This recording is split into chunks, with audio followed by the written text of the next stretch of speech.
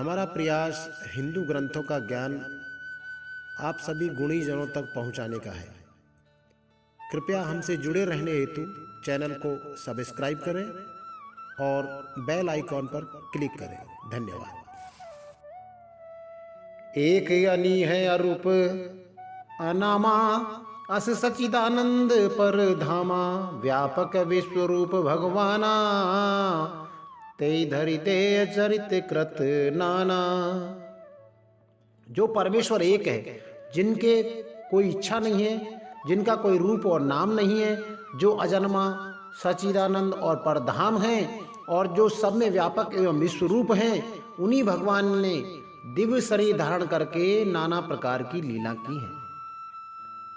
सो केवल भगतन हित लागी, परम कृपाल प्रणत अनुरागी, जेई जन पर ममता अति छोऊ, जेई करुणा करि कीन को।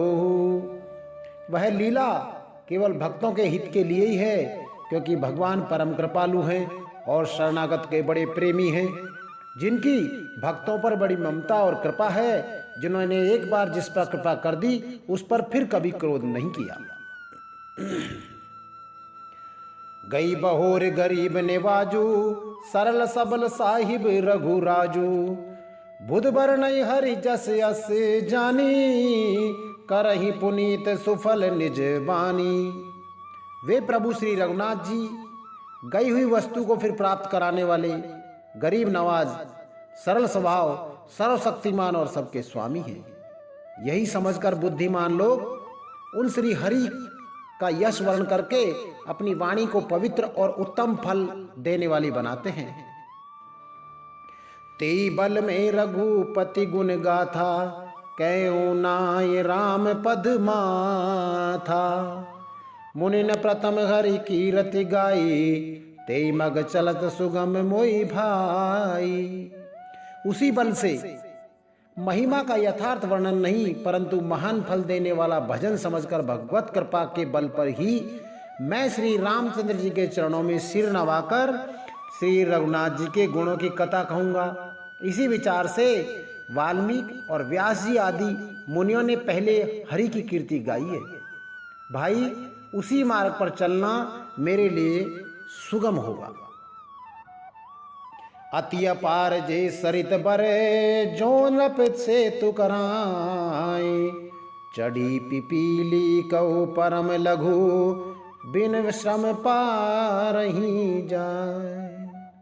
अर्थात जो अत्यंत बड़ी श्रेष्ठ नदियां हैं, यदि राजा उन पर पुल बना देता है तो अत्यंत छोटी से छोटी चींटियां भी उन पर चढ़कर बिना ही श्रम के पार चली जाती हैं। इस प्रकार मुनियों के वर्णन के सहारे मैं भी श्री रामचरित्र का वर्णन सहज ही कर सकूंगा।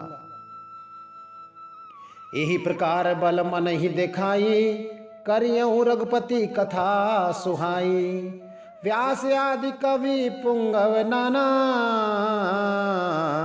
जिन सादर हरि सुजस बखाना। इस प्रकार मन को बल दिखाकर मैं श्री रघुनाथ जी की सुहावनी कथा की रचना करूंगा।